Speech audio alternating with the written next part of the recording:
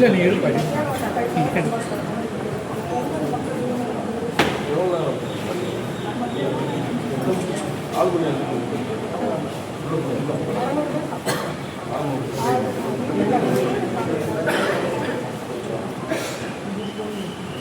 வேற இங்கே என்ன தேவை இருக்கு?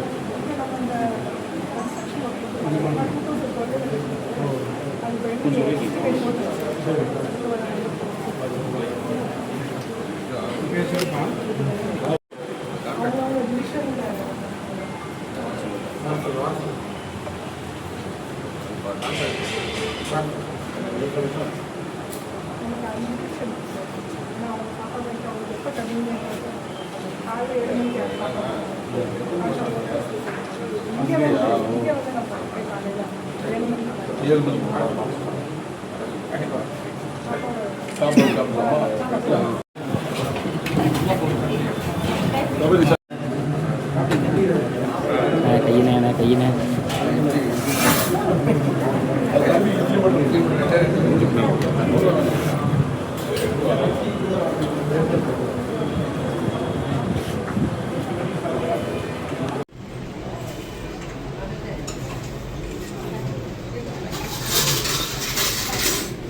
பார்த்தீங்கன்னா முன்னாடி போடுறதுனால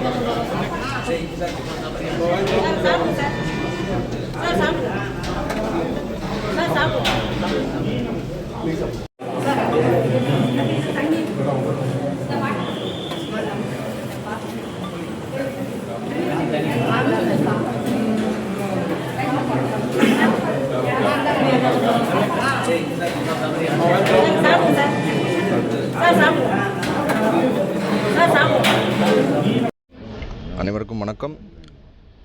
நம்ம தமிழக மாண்புமிகு முதலமைச்சரோட ஆலோசனைப்படி இன்று 21/5/2026 தேனியில் உள்ள பழைய பேருந்து நிலையத்தில் உள்ள அம்மா உணவகத்தை அங்கே நேரில் வந்து ஆய்வு செஞ்சோம். நம்ம நகராட்சி ஆணையாளர் மேற்பார்வையில் இது நல்ல முறையில் ரன் ஆகிட்டுருக்கு. ஸோ எந்த கம்ப்ளைண்ட்டும் இல்லை. கொஞ்சம் சின்ன சின்ன சீர்திருத்த வேலைகள் இருக்குது. அந்த வேலைகளில் நம்ம செஞ்சு முடிப்போம். மக்களுக்கு பயன்பெறும் வகையில் இன்னும் நம்பர்ஸ் இன்க்ரீஸ் பண்ணி ஃபுட்டோட தரத்தை இன்க்ரீஸ் பண்ணி நம்ம செய்வோம். இப்போ வரைக்கும் சோஃபார் ஒரு டெய்லி ஒரு 600 பீப்புள் சாப்பிட்றாங்க. அது ஒரு 1000 பீப்புளாக இன்க்ரீஸ் பண்ணுறதுக்கு என்ன வழிமுறைகளோ அதை செய்ய போகிறோம். டெய்லி வேஜஸ் ஒர்க்கர்ஸ் அப்புறம் நம்ம இங்கே ட்ராவல் பண்ணுற அத்தனை பேருக்கும் பயன்பெறும் வகையில் இப்போயும் இருக்குது. அடுத்த கட்டமாக அதை எல்லாருக்கும் பயன்பெறும் வகையாகவும் ஒரு மக்கள் அதிகமாக போக்குவரத்து வசதி ஏற்படுத்தும் வகையில் பார்க்கிங் வசதியெல்லாம் ஏற்படுத்தி இதை நல்ல முறையில் செய்வோம்னு நாங்கள் உறுதி தரோம். அதுக்கான ஆய்வுகளும் மேற்கொண்டாச்சு. அதுக்கான வேலைகளும் சீக்கிரமாகவே நடைமுறை செய்யப்பட்டுருச்சு. கட்டிடங்கள் ஆய்வு 1000-2000 பேர் வந்து பழைய பஸ் ஸ்டாண்டுக்கு வர்றாங்க. ஆக்சுவலாக வந்து அங்கே நிற்கிறவங்களுக்கு செட்டில் எல்லாமே வந்து அந்த மழையிலையும் வெயிலையும் தான் நிற்க வேண்டிய சூழல் இருக்குது. அது ஏதாவது செட் அமைக்கிற மாதிரி அவங்க பயண நிலையில் இல்லை தொடர்ந்து இதுக்கான மனுக்களை வாங்கிட்டு தான் இருக்கிறோம். நாங்கள் தொடர்ந்து வேலைகளை ஸ்டார்ட் பண்ணிட்டோம். ஒவ்வொரு டிபார்ட்மெண்ட்டாக போய் நாங்கள் ஏற்கனவே சாங்ஷன் ஆகிருக்கிற ஃபண்டு, ஸோ ஜென்ரல் ஃபண்டு அப்படின்றது எல்லாம் பிரித்து வேலைகளை தொடர்ந்து செஞ்சிட்ருக்குறோம். அடுத்தடுத்த நிகழ்வுகளுக்கு எல்லாத்துக்குமே கலெக்டர்கிட்ட பெட்டிஷன் கொடுத்து எங்கள் சார்பாக பெட்டிஷன் கொடுத்து எல்லா வேலைகளும் நடைமுறைக்கு கொண்டு வந்து தான் இருக்கும். சீக்கிரமாக எல்லா பிரச்சனைகளையும் சரி செய்வோம். அதுக்கான வேலைகளை பிடபிள்யூ டிபார்ட்மெண்ட்டில் பேசி நிலக்கூடை அமைக்கிறதுக்கு என்ன வழிமுறைகளோ அதை செய்வோம். மக்கள் கோரிக்கைகளையும் நாங்கள் அதை வாங்கியிருக்கோம். அதுலேயும் அதை மென்ஷன் பண்ணியிருக்கிறாங்க.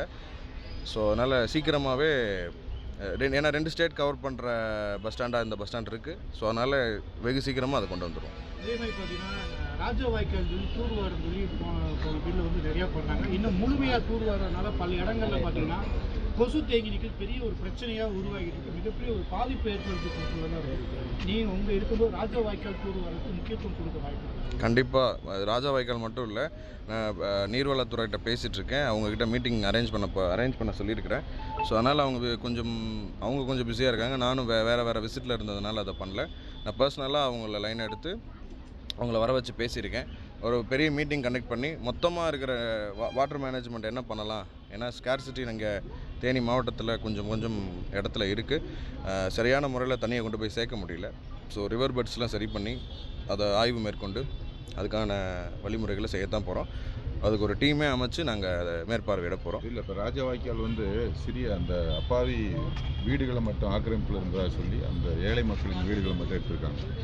இல்லை அதுக்கு வந்து அரசு வந்து நிறைய இல்லை, அவங்களும் ஆக்கிரமிப்பில் இருக்காங்க. அதை வந்து இல்லை, சரியான முறையில் அதை ஆய்வு செஞ்சு அதுக்கான நடவடிக்கைகள் எடுக்கப்படும். அடுத்த பக்கம் போகிறேன், அதனால் மீண்டும் சந்திப்போம். சரியா? தேங்க்யூ.